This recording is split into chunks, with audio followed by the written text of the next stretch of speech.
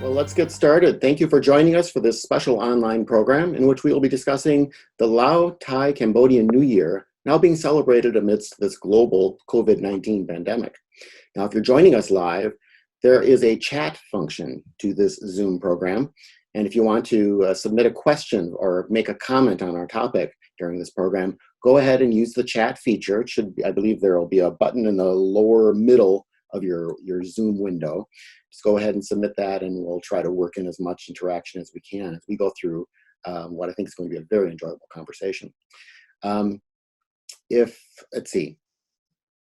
Also, just to note that the Commonwealth Club has moved all of its programs online. We do about 500 programs a year, usually in person with audiences. Right now, we're doing them all via Zoom and via YouTube and Facebook Live and everything. It's worked out quite well, but with all of us participating in this program, we're all doing this from our homes or maybe our offices.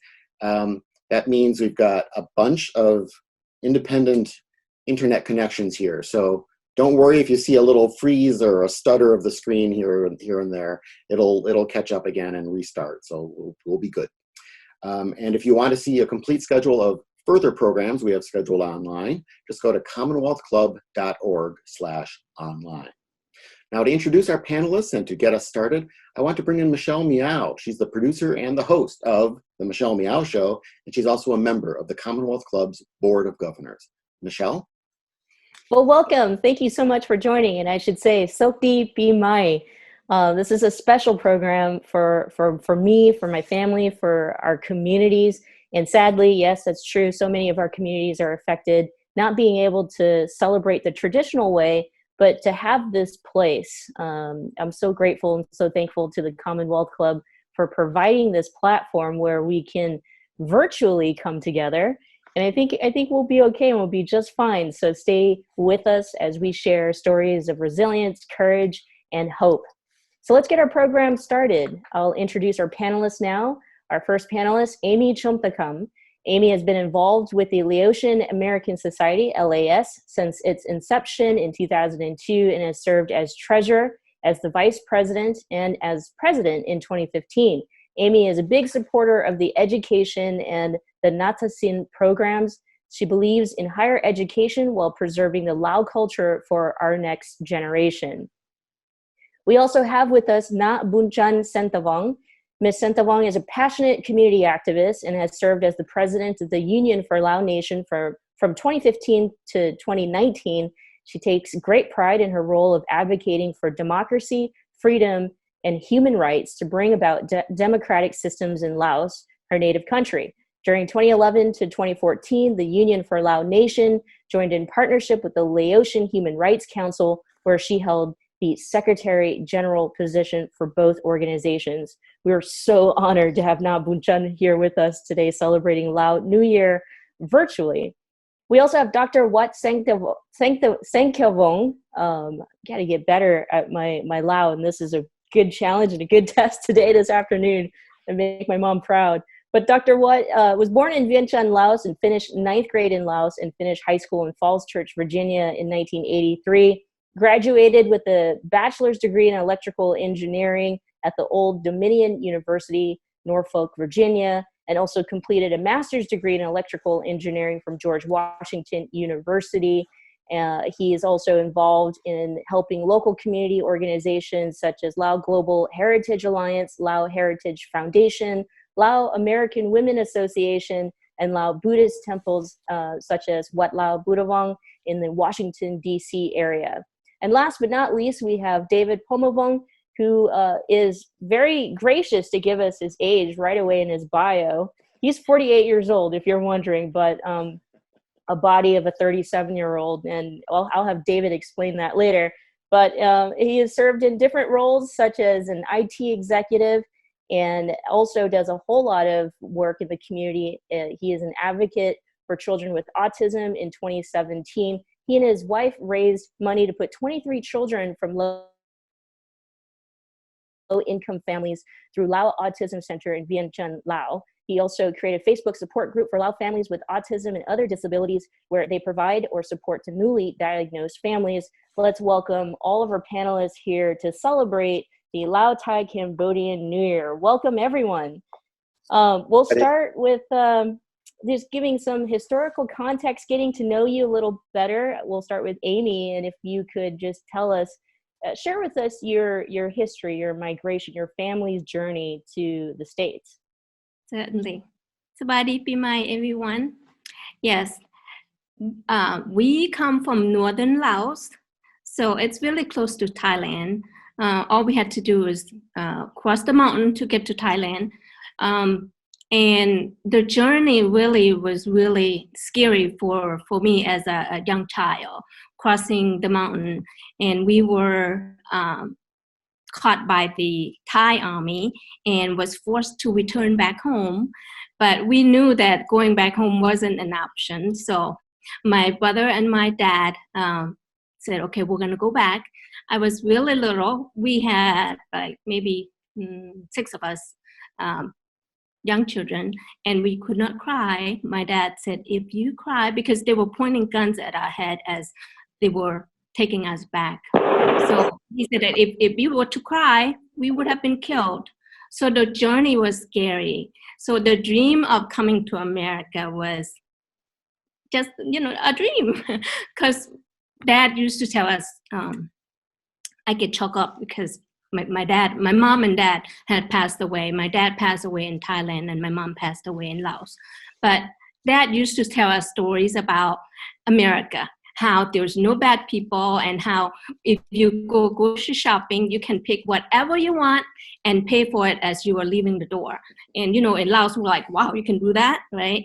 So, and then he was like, if you go out to eat, when you go out to the restaurant, the food would just roll to you. You just pick whatever you want to eat, so that was a dream. I'm like, oh my goodness, can't wait to go to America. So this is how we ended up here. And the 2 panelists on here, I am from DC area as well.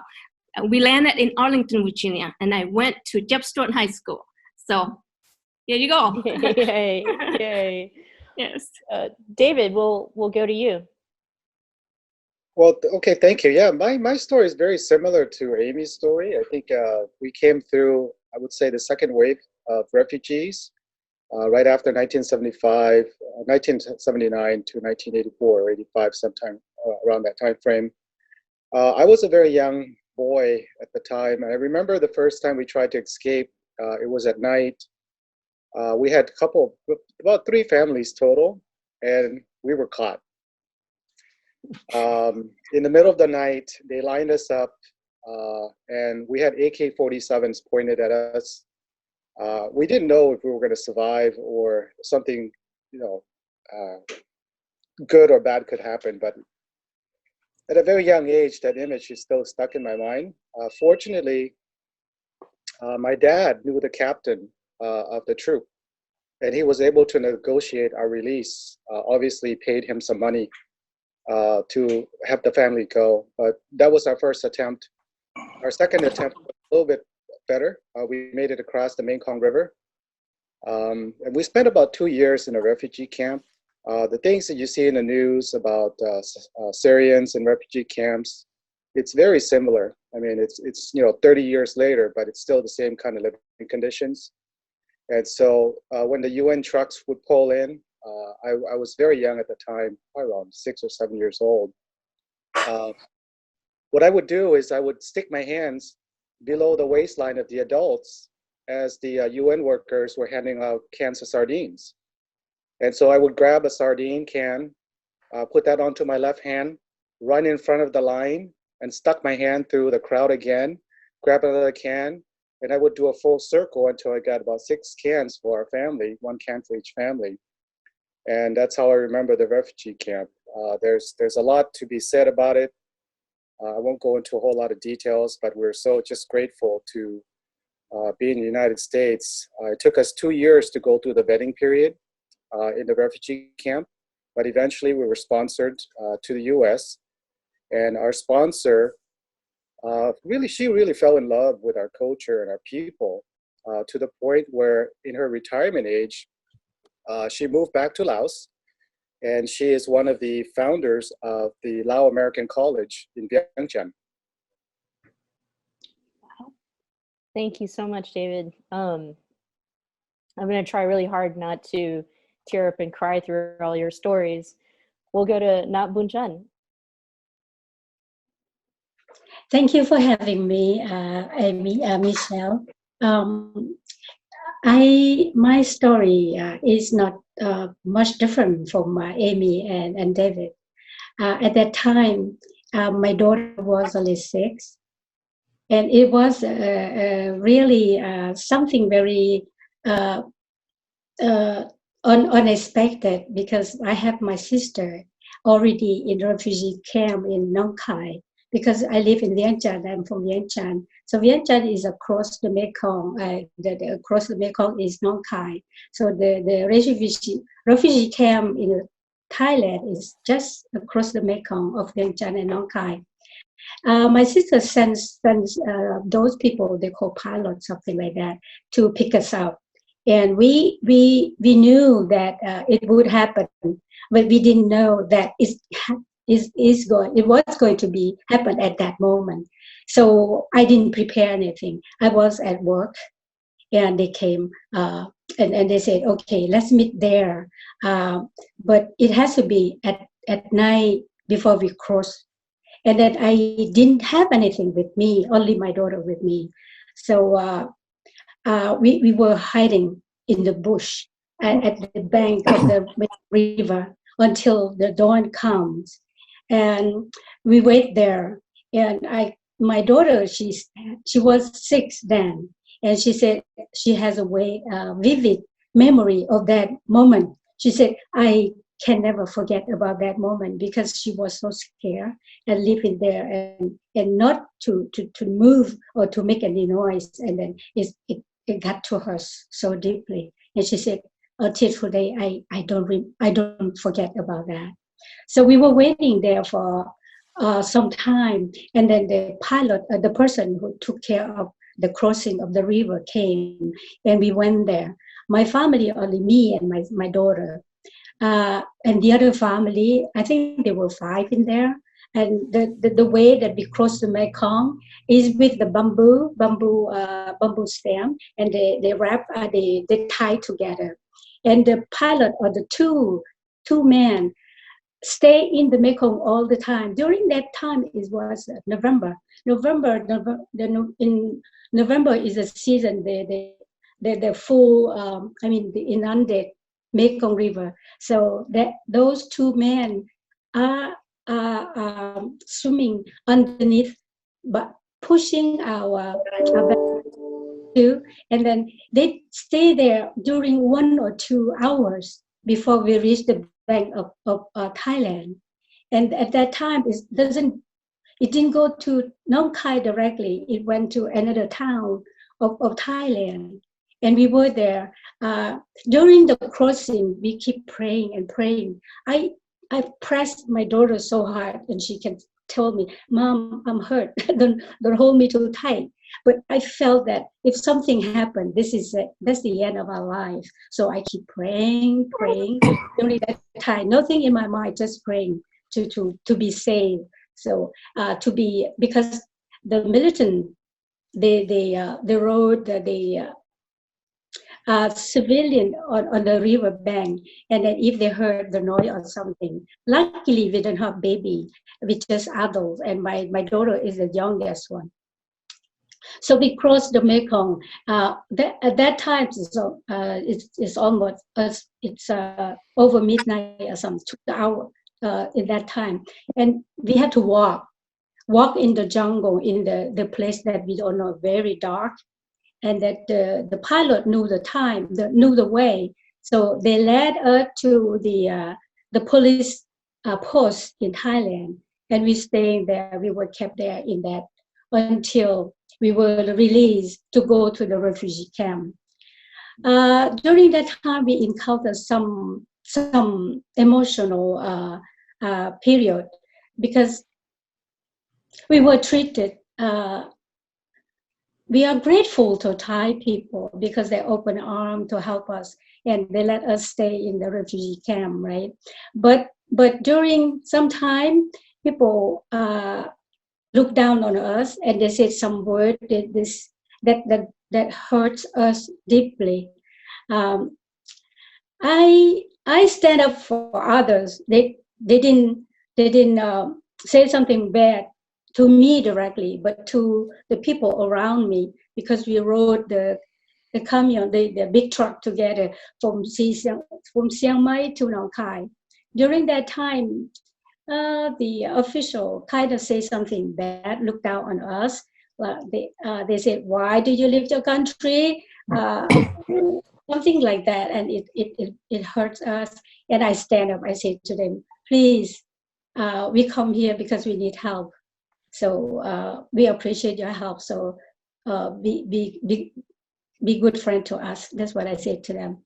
So that's the one episode of our crossing the river. And in the refugee camp, before we get into refugee camp, we have to go through one office also. It's a place, it's not an office. We call Sokotor in Lao. It's immigration processing something in Thailand before we get in the refugee camp. That place is really it's sad to think back about that, because it's very dirty, nasty. People were waiting there to get accepted in the refugee camp. Luckily, my daughter and I will stay there for before the night come, and then we got accepted in the refugee camp. So we then go through all the nasty thing in there. So yeah, I remember the process, and you know, especially as my parents also talk about being in the refugee camp. And the thing is, I know that, you know, these stories, we need to tell them more often. And what I'm hoping is, and they're out there, and we'll definitely maybe one day have an entire show just focused on experiences in the refugee camps. We're super excited that you're here now in the United States, and we're going to get into in just a little bit the celebration of Thai New Year, Lao New Year. Let's go to Dr. Watt and share a little bit your story and your journey here to the States. Sure, Sabadi, the New Year, everybody. I have similar, I guess, experience just like everybody else. We left Laos around 1980. After 5 years, my father was sent to the concentration camp in the north part of Laos. So just my family, 2 sisters and my mom, across the river, similar to everybody else. It was around May 1980 there. Going through the same things, jail for a day. I was lucky enough for them send me to help out at the temple, cleaning up, and got to sleep there overnight while waiting to go to the camp. So that part of, excuse me, I guess I consider that pretty lucky there. And also my older brother was in Thailand for about a year already. So he's kind of got our name there on the list. And within a month, less than a month, we were arrived here in the US. So consider pretty lucky there. So that's kind of my story. Even with 1 month, I remember almost everything there, just like everybody else. Wow. Yeah. Like I said, I think we'll have another show where it's all devoted to sharing experiences in the camp. Well, let's get into, you know, Lao, Thai, Cambodian New Year, Lao New Year, and the history, the meaning of it. We'll go to Nat Bunjan, if you wouldn't mind answering that question, the history of Lao New Year. Yeah. The Lao New Year, we can say that it's traditional, customary, more rather than religious. The Buddhist in Lao is Theravada. Yeah, and then it's only happened in this domination of Buddhism, like Thailand, Cambodia, Burma, India, Sri Lanka, that we celebrate the New Year in mid-April. Basically, April is like a spring. Everything renew, something like that. So it's coincide on that. And traditionally, when we celebrate the Lao New Year, we do back home. We do have. It takes time. Like for example, each New Year, it takes about 3 days at least. The first day that the arrival, the mark of the new year is coming, and the second day is that we stay in the new year, and the third day is the first day of the real new year. So it takes 3 days to start the new year exactly. The first one that show it, this is the arrival of the new year. The second day, normally the second day we people kind of clean up their house, everything, take care of the house, and then and the second day is more reflecting time for people, because we say, okay, in our past, what did we do? And then now what we think that we should change and make a new life better, how, something like that. That's we call on Mưa Lúa Sangkhan Luang is the first day. The second day is Sangkhan Nau, is they stay, the new year stay there. And the third year is Sangkhan Khun.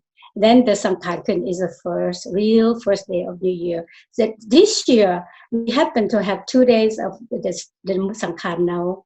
It's the 13th is Sangkhan Luang. The 14 and the 15 are Sangkhan Nau.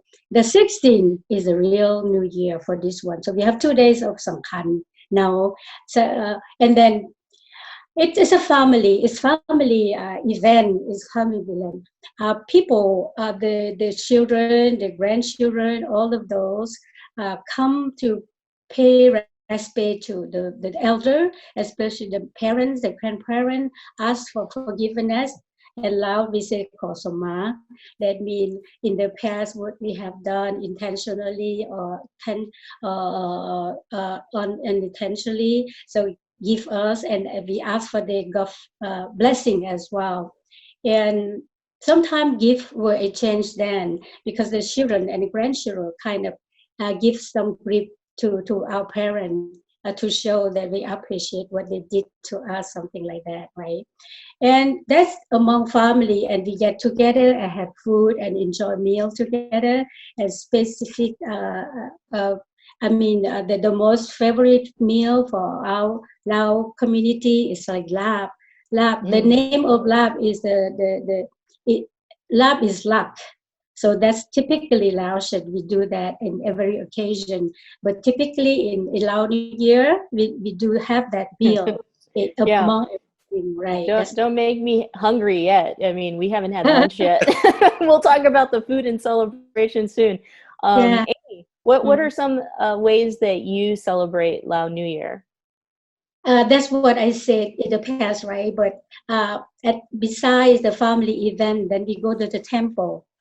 This is the family event actually, and the kids, the young ones, they are very excited, looking forward. They wake up early to prepare to go to temple to offer food and flower, everything there in the temple, and they socialize. They get together and people meet together. It's a nice place to meet, to pray also, and then to meet to socialize. The temple is the center of our Lao society life.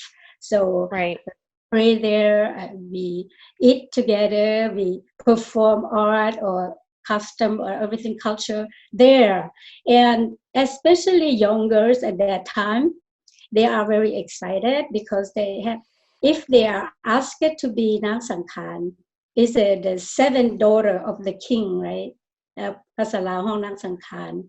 Each year, New Year, the seven daughters are selected among young girls, and this is the take full enjoyment to be part of the Lao culture. They are very excited and they perform that, and they feel like, oh, this is my custom, this is my tradition. So it's a family event. It's beautiful. That's right. Well, all of you are my family today. We'll call my family later to celebrate. But Amy, what are some ways in which you celebrate Lao New Year?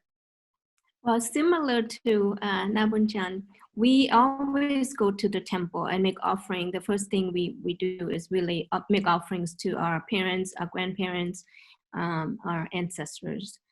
I have two beautiful daughters who we've been teaching them because they have never met my parents. So really the introduction of the tradition, the culture really starts with taking them to the temple and going through the process. Yeah, I mean, just going to the temple, celebrating with the community, pretty much it. But they are also dancers. So they have been performing throughout Atlanta since they were little. Actually, both of them started since they were like 4 years old. So really preparing for the new year, it's a long process because belonging to LES, just not just the two girls that I have that we were preparing for performance and all that, but just having them go through the process of it, it's itself is meaningful for us. But besides going to the temple and celebrating with the community, we also have our own little visual, that we do with our family.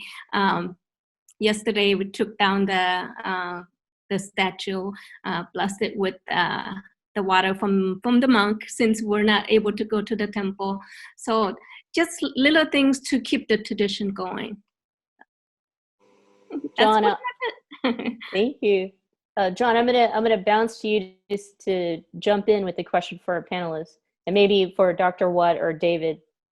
Well, I want to hear from Dr. Watt and David both how they tend to celebrate this, but also talk about what's different, obviously, this year. I mean, not being able to go to the temple would certainly seem to be one. And I think if you're at least at home with your family, you still have the family there, but of course, not everyone's necessarily still living with their family. So maybe starting with you, David, how do you usually celebrate this time, and what are you doing this year? Well, just like everything else, I try to keep it fun for my kids, not to focus too much on the meaning and the things, because one is 6 years old, the other one is about 11. My introduction to them to really enjoy Lao New Year is a couple days or a week before we go to Lao New Year at the temple. We would go to Walmart, and then we would pick out our water guns, right? Our water balloons, because we're going to be in a water fight. Okay. I have to interrupt because when I was reading up, this is all new to me. When I was reading up on this, and I was reading about people dousing other people with water, and I'm just thinking, for a kid, that's got to be the best holiday you could possibly imagine. Oh yes. They don't discriminate against anybody. If you walk in and you're dry, I can guarantee you my kids are going to make you completely soaked. And so every year we get go the there. shaving cream. The shaving cream, yeah. Careful with that, because they love to come behind you and put a bunch of shaving cream on your face and all over the place in your head. But yeah, so that's the way that my kids enjoyed Lao New Year. Is we get into water fights with our friends, family. And by the time we leave the temple, we're soaked from head to toe. There's no dry spot on our body. My 6-year-old just loves it. He was diagnosed with autism at the age of 2. But this is the one event where I can actually see him participate in a social event where he actually finds enjoyment interacting with other people. Now, he hates getting wet, but he enjoys getting other people wet. So that's how we celebrate with the boys, is to get into a water fight, and our goal is to never come home dry. This year is a little bit different. I invited them to a water fight in the backyard. They both turned me down because there's only one garden hose and it's in my hand. But we have the Buddha statues in the backyard, and Wusuma, basically just bless it with water, clean the house, and prepare ourselves for the new year. Unfortunately, with COVID-19, I just want to iterate some of the things that we're missing out on is the community celebration. But the spirit of Lao New Year hasn't been diminished very much, in my opinion, because a lot of my friends and family, we celebrate virtually by posting pictures, by keeping the spirit alive. We talk about it. We have, families dressed up, taking pictures with each other and posting. And, it's still a very festive time for us. We just don't get to see each other from eyeball to eyeball and handshakes and enjoy the wonderful food. But the spirit is very, very much alive in our hearts, in our family. It really is the essence of who we are. And we keep that spirit alive at home. We reach out to our family members. We can't do the Suma with our parents and grandparents because of the stay in shelter order. But we make calls and we talk to our family and we still stay connected. I think as the overwhelming community, one of the ways we do celebrate is what Amy's doing, what other people are doing, what other leaders are doing. We're giving back to the community, giving back to the less fortunate. We're helping families that are in financial crisis. We're sending, a friend of mine, Tom, who has a restaurant in the Bay Area. He took it upon himself to package foods and send it to the battered women shelter and children of the domestic abuse, because we're beginning to see domestic abuse on the rise. This happens because when the monster is home all the time, you can expect that. Seniors that can't drive, he's bringing food to them as well. So there's a lot of other things that the community are doing. I think it's in the spirit of Lao New Year. We don't celebrate it in a traditional way of Lambong and having to concert and chasing each other with water guns, but we're doing it in a very different way. And I'm very happy to see how creative we are as a community to continue that spirit for Lao New Year. Very good. How about you, Dr. Watt? Are you staying dry or are you getting all soaking wet? I'm staying dry this year. Basically, sadly, I haven't done anything like I normally do, like every year. Just like David and Nabunchan and Amy discussed, we celebrate kind of same thing. This year, I haven't been out. Basically, the only thing we do is just send out the Happy New Year note to Facebook and email. So that's about it for me. Nothing different than other people. Well, let's get into COVID-19 and how it's impacted our community. So we know, for Lao Tai New Year, we're not able to go to the temple. Going to the temple or the Wat is a big component of our life, though, as Lao Americans, a place to socialize, to congregate. I can't imagine, especially the elders and how much this might be affecting them. So if you could just share a little bit, maybe from your own personal social circles or your communities or what you're hearing out there, how the loss of being able to go to temple or what, how that is impacting our community. And we'll start with Amy. Well, it's a huge impact, really, when it comes to, because New Year's celebration is really the one time that the elders really get together as a whole. When they have takbat and stuff, not everybody goes, but the New Year celebration, everybody tries to go. And in Atlanta, we have 6 different temples. And my family, we all try to attend all of them just because being a community leader, you are also being looked at as well, whether you choose to go to one and not the others. So I try as much as I can to go, but the elders, it's an impact on them. There's some that even make things to sell at the temple, and it's the one time that they sell. So it's a lost income for them, and it's a lost income for the temple because, this is really the only huge celebration that they earn money for the whole year. So being part of the community, we have been helping every temple as, being sponsored part of the organization. And we mobilize the young generation to be involved with the community. Some had been, we watched the little ones from age of 4 and 5. When they were that young, sometimes they're really shy. But when they get to be involved with the activities at the temple, they get so excited. Some even end up performing and wanting to get on the stage. So it's a difference. Well, this year, we're doing a little bit different. I think the little ones will be performing. Maybe today you'll see something on Area's Facebook or something like that, because they still want to perform. They still want to share our culture. So it's different just because we also are seeing our elders. I call them all the time. I started 2 days ago wishing them, Happy New Year, Lao New Year, and just to see how they're feeling, because really we have to be the one to reach out to them most of the time, just because you don't know what they're going through, what they're feeling and all that. Many of them are afraid to come out of the house just because of all the stuff that's going on, not just the virus itself, but the fact that people are getting attacked and all that. So it's a huge impact on the community as a whole.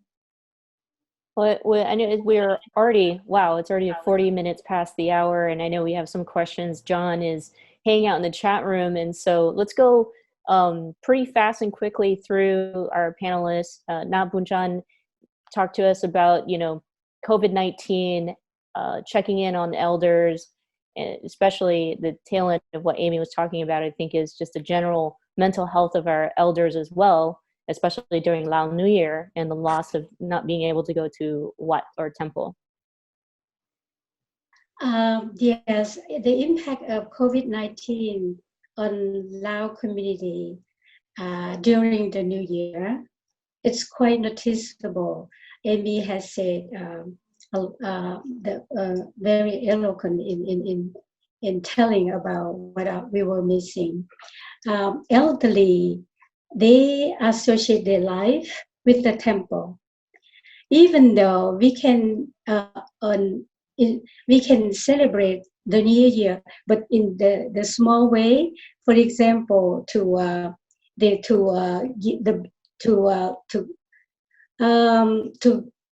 put the blessed water, the last drop of water onto the statue of Buddha, we can do that at home, which we do. But elderly, especially, they are very attached to the temple, and they really appreciate the sermon of the monks. And then if that's the one big event of the year, they have been expecting to attend, to enjoy everything, to see their children, grandchildren, to see their friends, their peers, and their family, the community members. It's what they're expecting to happen. That's one expectation that they have in their peaceful life, because they don't go to work, they just stay home. And that is one event that they expect. So this is impact profoundly the elderly, especially, yes, because everything takes place in the temple, in our society back home, and we continue to do so here, and but in the different way, because some we are limited, but the in general our life here, we transfer our life back home here as well. So the younger, they have more other interests in their mind, and the younger one, and the adults as well, they have work, they have something to take care, to worry. But elderly, this is one thing that they would enjoy a lot. So that's why they're missing that. So COVID-19 impact me personally profoundly too, because I think a lot about others during this time. Because before, we just think about ourselves, what we want to do, what we want our children to do. But during COVID-19, we see so much suffering. So I think a lot about others during these days. I think about the medical personnel. I think about the president of the health task force.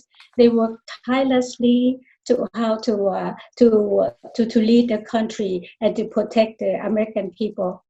I felt so bad for the security that go out, even though people stay shelter in place, but they need to go out, things like that. And also American regular, the mainstream society, the mainstream people, American, those who get this economic hardship for American, they live by check to check, and then how they can survive with the situation. So I think a lot about others these days, and it's very sad. I'm very sad. Yes. Yeah. Yeah. It sounds like, though, like from what David was talking about earlier. And so we'll hear from Dr. Watt, and then David, and I'll open up to John for questions or comments from our audience through the chat box. But there are some things that community leaders are doing and being a part of community coming together during COVID-19. David mentioned, a community leader who's providing food through his restaurant. Maybe Dr. Watt, how have leaders stepped up during this time in the Lao community? Well, out here in Washington, D.C. area, I guess it's kind of quiet based on what I know. Everybody kind of stay at home, not too much activity going on right now. So it's kind of sad in that way. Maybe they simply feel sad and don't feel like doing anything, or can't do anything if they even want to. So. Yeah. Yeah. What about the temple and the meaning of temple? Do you have anything personal to share at all in terms of what the temple means to you and New Year and what you're hearing from community? Well, the temple, we go to temple, our temple here every year, doing same thing similar to everybody else, meeting other people, get blessing from the monks, and ask for forgiveness from our elders. So that's what we have. The COVID-19's kind of impact us personally in a way. Just last week, I lost my brother-in-law in West Virginia. We can't even go see them, and because of limitation of visiting and all that stuff. And my mother-in-law here just lost her friend about a month ago. So besides that, it's kind of sad. We're really, really, really sorry to hear about your loss. And sending you best wishes during this time. And I'll go to David and kind of to give us all the good words of hope that we have to come together to help each other. So if you could talk about, temple and how we can all help each other, it'd be great. Well, thank you. So Dr. Watt is, just so everybody's aware, there is an issue going on in Virginia at the moment. It's becoming known to the public now, but this has been going on for, I would say, about a little bit over 20, almost 30 years. And this issue has to do with the current board of directors that have been in power for over the last 15 years. They haven't held a election. They haven't added new board members.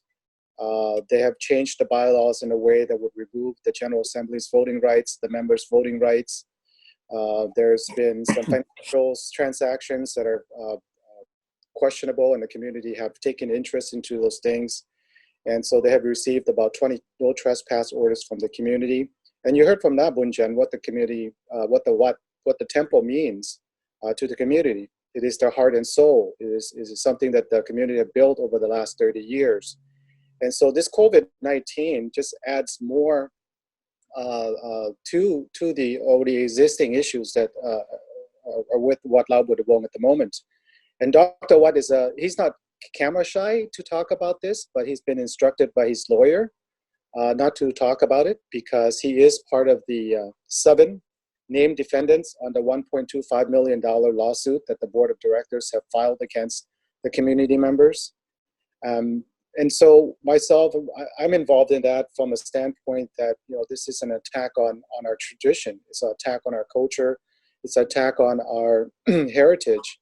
To take away a temple that's been built by the community for the last 30 years and say, you're welcome to the temple, donate as much money as you want, but don't ask me any questions about where the money goes. So in one of the court filings that they had against the community, they claim about $300,000 in revenue per year. So over the last 10 years, that's about $3 million. But there hasn't been any major improvements on the property, no new constructions, no new buildings. And so the community is gravely concerned in terms of what's happening with all of the money that's coming from the community that is supposed to be the bloodline to our heart and soul, right? So that's kind of like the glass half empty approach to it at the moment. It's very depressing. It's very frustrating. The community around in the United States, 15 different organizations stands behind the Virginia community. Alpaca stands behind the community. Over 40,000 people around the United States stand behind the community in their fight for transparency and accountability, in their fight for religious rights, in the fight for fair election. And so, it just so happens that now COVID-19 on top of the scandal is really, excuse me a second here, I have an incoming call. I hope that went away. Okay, am I still on? You Yes. are. Okay, yeah, that's the disadvantage of using your phone instead of the laptop to come in, is you can't stop people from calling you. So I apologize about it. It's okay.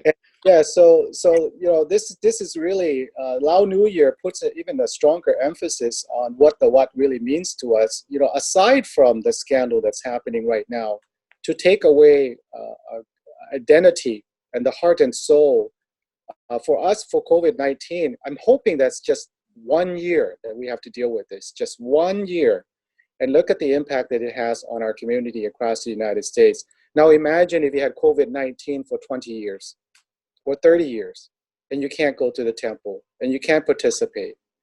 I mean, I'm just lost for words. I don't know what to say. And yeah.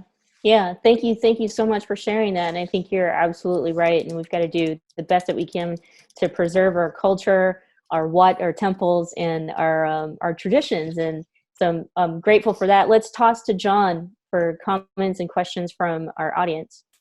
Sure, we've got Mitchell in our audience, and he mentions he's a San Franciscan, but he's been involved with the Laotian community in the area. He's visited Laos a dozen times.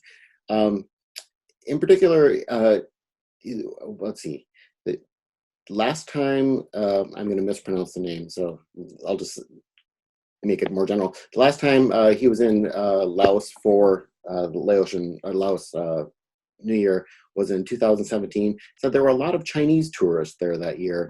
I'm just kind of wondering does this attract people from outside the community to come in and see what it is? Does it give you a chance to share it with others? Is it a kind of that joyous sharing you can get, or is it very much within the community only? Question for anyone, I guess. I think it's really an invitation to celebrate, to share our culture, really. Yes, lately I believe more tourists have gone to Laos. Unfortunately, I've been here for over 40 years and have not gone back, but I have relatives there who share celebrations with us and all that.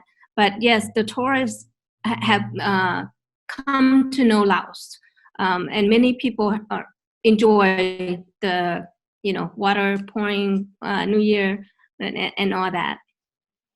So. Very good. Yeah. So if I can just respond to that, the basic foundation, we have a customary practice, which is Lao New Year, and then we have Buddhism, which is another layer behind that. Buddhism itself is a very open religion. It welcomes everybody. And that's the basic foundation of our Lao DNA. We're a very welcome, warm, loving society. And so when we have people that come and participate in Lao New Year, it's really a sign of respect and a sign of us as being humans.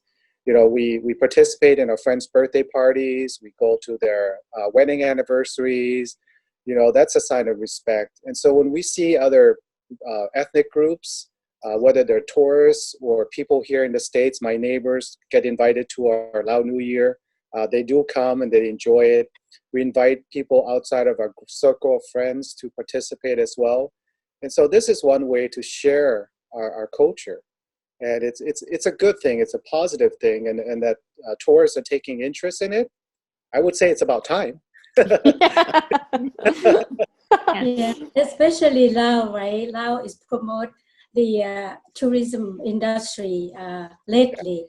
So Lao New Year is part of something that the tourists would like to to visit and to enjoy.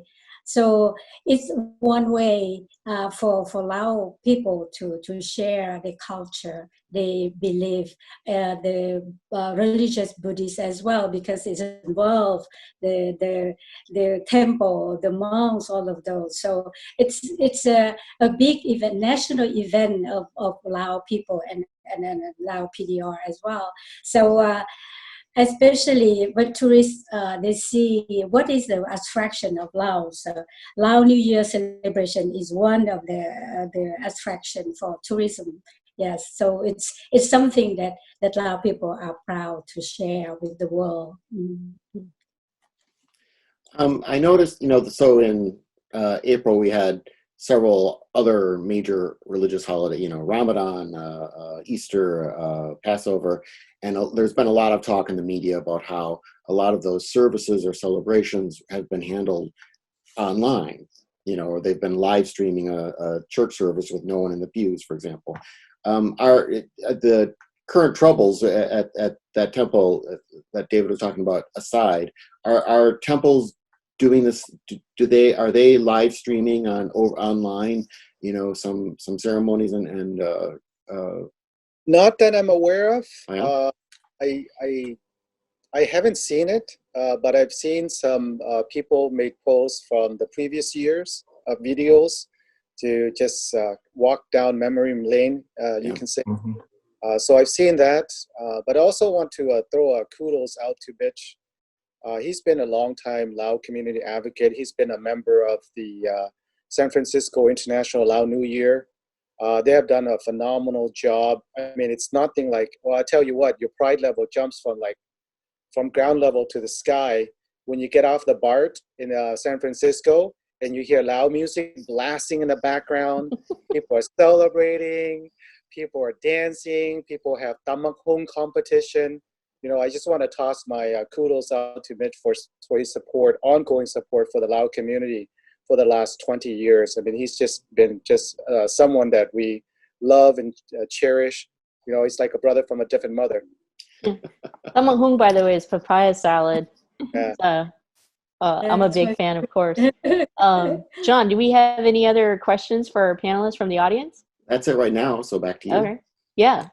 I think, as we wind down, there's about 7 minutes left in our program. Would love to hear your thoughts, your wishes, your blessings, for our world, really, as Lao Americans, being affected and impacted by COVID-19. We'll start with Amy. Well, I know since we cannot get together and face to face, just take this opportunity to enjoy your family. We may never be given this time again, but Lao New Year will always be here for us in the future. So just enjoy the moment with the family. We, our organization, LES, have done something more than just a family. When we talk about the elders in the community, we have started care packages for our elders, and I started delivering them on Saturday. And I know there have been questions regarding why am I doing it? Why our organization? There's 3 organizations that have partnered up and do this. And because we have been around for a while, we know who to contact to get sponsorships. And so we got money coming in, and we wanted to use it right. We want to make the impact with the community. So we started gathering food and essential items and started delivering them. But some people are questioning, our safety and all that. CDC headquarters right here, and I am in constant touch with my governor and my county chairperson. So I have all the green light to do what we needed to do. And yes, our health and safety comes first. Just wanted to put out there that yes, we are really, really careful. But I wanted to wish everybody Happy New Year, and yes, just take this opportunity to enjoy amongst your small family. Lao New Year will always be here in the future. That's all I have to say. Thank you, Sokdi Bimai. Nabunjan, some last words from from you. Yes, we just want to take this opportunity to wish everyone Happy New Year and Healthy New Year. The new year falling during the COVID-19, so we all in together. So we have to combine, listen or obey, adhere to the instruction of the health department, the government. So we can do that. We all together in together. So we can celebrate our new year in a small way because we cannot get together. So in our own family, we can do that because this is something that we hold he near to our heart.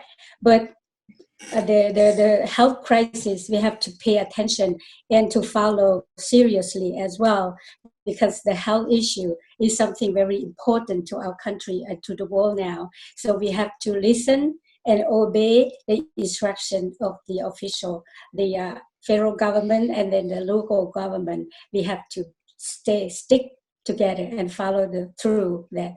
Happy New Year and have a good health. Stay safe and be safe. Thank you. Dr. What? Well, same here.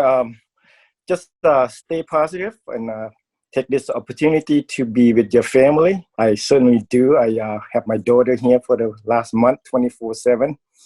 So hopefully everybody do the same thing and, stay, get in touch. Try to use the technology that we have over here, that people that you never talk to online.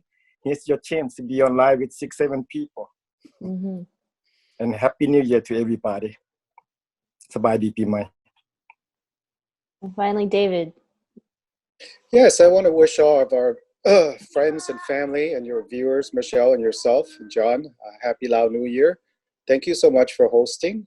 We appreciate the opportunity to come and talk to the mainstream America as well as our friends and family about our shared experience with COVID-19.